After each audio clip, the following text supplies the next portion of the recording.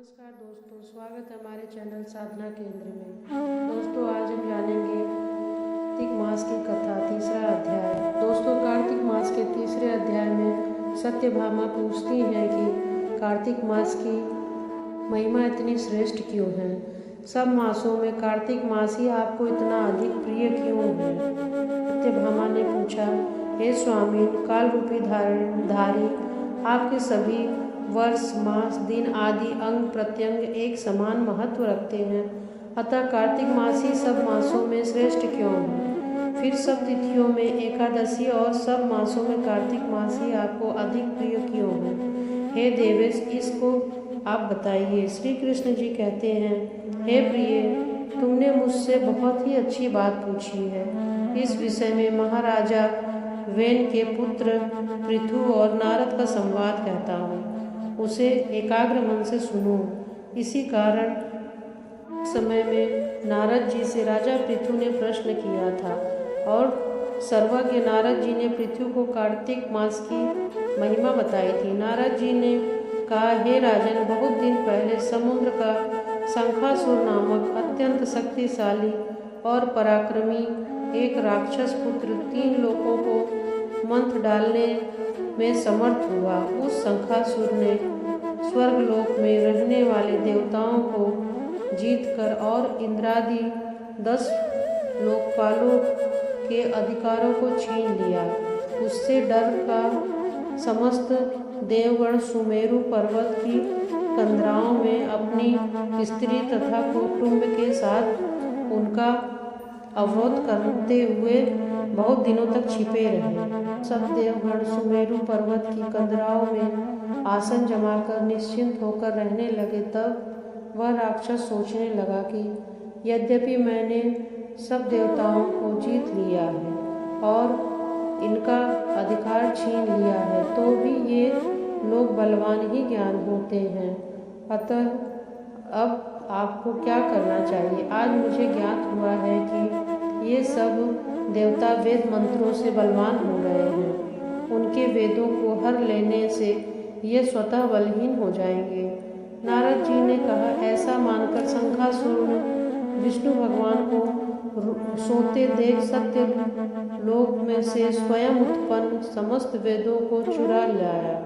जिस समय वह वेदों को चुरा रहा था, उसी समय बीजों के साथ यज्ञ मंत्र उसके डर से जल में छिप गए। शंखासुर भी वेद मंत्रों और बीज मंत्रों को खोजता हुआ समुद्र के भीतर घूमने लगा, किंतु वह राक्षस उन वेद मंत्रों को एक स्थान पर कहीं भी नहीं पा सके। इसी समय ब्रह्मा जी भी सब देवताओं के साथ पूजन सामग्री और उपहार लेकर बैकुंठ लोक में विष्णु भगवान की शरण में पहुँचे। श्री विष्णु भगवान को प्रगाढ़ निद्रा से जगाने के लिए गाने बजाने, धूप गंधादि से बारंबार उनका पूजन करने लगे। उन लोगों की इस आराधना से प्रसन्न होकर विष्णु भगवान जाग उठे। उस समय देवताओं ने हजारों सूर्य के तेज सदृश दैदीप्यमान विष्णु भगवान को देखा।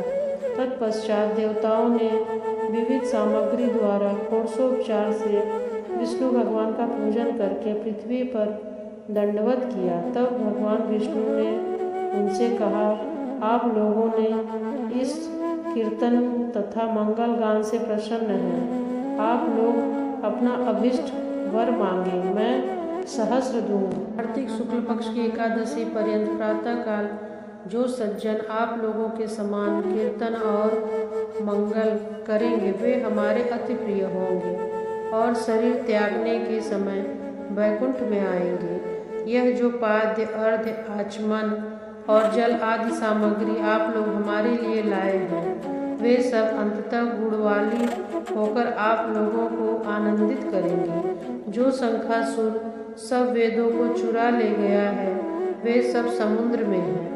मैं उस सागर के दुष्ट पुत्र को मारकर ले आता हूँ। आज से मंत्र, बीज और यज्ञ के साथ चारों वेद प्रतिवर्ष कार्तिक मास में जल में विश्राम किया करेंगे। तो ये था कार्तिक मास व्रत कथा अध्याय 3। अब हम सुनेंगे कार्तिक मास व्रत कथा अध्याय 4। तो कार्तिक मास व्रत कथा के चौथे अध्याय में नारद जी बोले, ऐसा कहकर विष्णु भगवान मछली के समान रूप धारण कर विंध्यवासिनी कश्यप ऋषि की अंजलि में आ पहुँचे। कश्यप ऋषि ने दया करके उन्हें अपने कमंडल में रख लिया। जब वह उनके कमंडल में न समा सके तब उन्हें कुएं में डाल दिया। जब उसमें भी वह मछली न समा सकी तब उसे तालाब में फेंक दिया, और जब तालाब में भी न समा सके तो उसे समुद्र में डाल दिया। वहाँ भी वह बढ़ने लगी। इसके उपरांत वह नारायण रूपी मत्स्य ने शंखासुर को मार डाला। तत्पश्चात उस शंख को हाथ में लेकर बद्रिकारण्य में आ पहुँचे। बद्रीनारायण में सब मुनियों ने बुलाकर आज्ञा दी। विष्णु ने कहा, पानी में इधर उधर फैले हुए वेदों को ढूंढो। शीघ्र ही आप लोग रहस्य युक्त वेदों को जल से निकाल कर शीघ्र ही मेरे पास ले आए। इतने काल तक मैं देवताओं के साथ प्रयाग में ठहरा हूँ। राजा पृथु से नारद जी ने कहा। इसके पश्चात अपने तपोबल से समस्त ऋषियों ने यज्ञ बीजों के सहित सब वेद मंत्रों को ढूंढ निकाला। उन वेद मंत्रों में से जो भाग जिस मुनि को मिला वह भाग उस मुनि के नाम का हो गया। तत्पश्चात हे राजन, उसी दिन से उस भाग के वे ही ऋषि कहलाए। सब वेदों को लेकर मुनिगण प्रयाग में आए और ब्रह्मा को उन लोगों ने सब वेद समर्पित कर दिए। सब वेदों को पाकर ब्रह्मा बड़े प्रसन्न हुए और तुरंत ही उन्होंने देवता तथा ऋषियों के साथ अश्वमेध यज्ञ किया। यज्ञ के अंत में देवता, गंधर्व, यक्ष, नाग और गण विष्णु को भूमि में दंडवत करके प्रार्थना करने लगे। देवता गणों ने कहा, हे देव, हे जगन्नाथ, हे प्रभु, हम लोगों की प्रार्थना सुनिए। हम लोगों हर्ष का समय है, इसमें आप हमें वरदान दीजिए। इस स्थान में नष्ट हुए वेद पुनः ब्रह्मा को मिले। लक्ष्मीपति, आपकी अनुकंपा से हम लोगों को यज्ञ का भाग भी यहीं मिला है, इसीलिए यह स्थान आपको प्रसाद से आज से पृथ्वी भर में सर्व प्रधान पुण्य को बढ़ाता है, मुक्ति और भुक्ति को देने वाला होता है, ब्रह्मादिक महान पापों का नाश करने वाले आज का समय भी परम पवित्र है, अक्षय फलदाता है। ऐसा वरदान हम लोगों को दीजिए।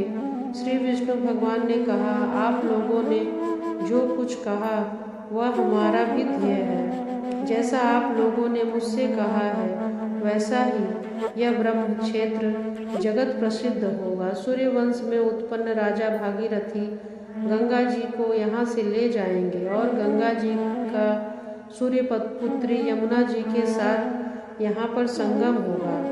आप लोगों तथा समस्त ब्रह्मादिक देवताओं के साथ मैं भी यहीं पर रहूँगा। यह स्थल तीर्थराज के नाम से प्रसिद्ध होगा। यज्ञ, दान, व्रत, हवन, जप और पूजादि कृत्य यहाँ सब पर सदा अनंत फल देने वाले और मोक्षदायी होंगे। 7 जन्मों के लिए हुए ब्रह्मा हत्यादि महापाप भी इस तीर्थराज के दर्शन मात्र से उसी समय नष्ट हो जाएंगे। जो बुद्धिमान मनुष्य मेरे सन्निकट तीर्थराज में शरीर त्याग करेंगे वे मेरे ही शरीर में मिल जाएंगे, फिर उनका पुनर्जन्म नहीं होगा। जो प्राणी यहाँ से अपने पितरों के उद्देश्य से श्राद्ध करेंगे उनके पितृ साक्षात मेरे समान रूप वाले हो जाएंगे। यह समय भी समस्त प्राणियों को महापुण्य फल देने वाला होगा। जो लोग इस तीर्थराज में मकर राशि के सूर्य माघ में स्नान करेंगे उनके समस्त पाप विनिष्ट हो जाएंगे। मकर की संक्रांति होने पर माघ मास में प्रातः काल स्नान करने वालों के केवल दर्शन मात्र से सब पाप विनिष्ट हो जाते हैं। जैसे सूर्य के तेज से अंधकार का नाश हो जाता है, माघ के महीने में मकर की संक्रांति के होने पर स्नान करने वाले प्राणियों को मैं सालोक्य अथवा अर्थात अपने लोक में ले लेता हूँ। मैं सर्वत्र व्याप्त हूँ, सर्वदा बद्रीकारण्य में निवास करता हूँ। अन्यत्र सैकड़ों वर्ष तप करने पर जो फल प्राप्त होता है वह ही यह एक दिन में ही मिल जाता है। जो महानुभाव मेरे उस स्थान बद्रिका आश्रम का दर्शन करेंगे वे जीवन मुक्त हो जाएंगे और उनके समस्त पाप नष्ट हो जाएंगे। श्री सुत जी बोले कि इस तरह विष्णु भगवान उन सब देवताओं से कहकर ब्रह्मा जी के साथ ही अंतर्ध्यान हो गए। इंद्र आदि देवगण भी अपने अंशों को वहीं छोड़कर अंतर्ध्यान हो गए। जो प्राणी इसे शुद्ध मन से सुनेंगे अथवा सुनाएंगे वे तीर्थराज प्रयाग और बद्रिकारण्य जाने के समान फल को प्राप्त करेंगे। तो यह था कार्तिक मास कथा अध्याय 4। अब हम सुनते हैं कार्तिक मास कथा अध्याय 5। तो कार्तिक व्रत कथा के 5वें अध्याय में राजा पृथु से नारद जी ने कहा कि अश्विन मास की शुक्ल पक्ष एकादशी से शुद्ध होकर कार्तिक मास का व्रत करना आरंभ करना चाहिए। जल का पात्र लिए हुए गांव से बाहर पूर्व अथवा उत्तर की दिशा में जाना चाहिए।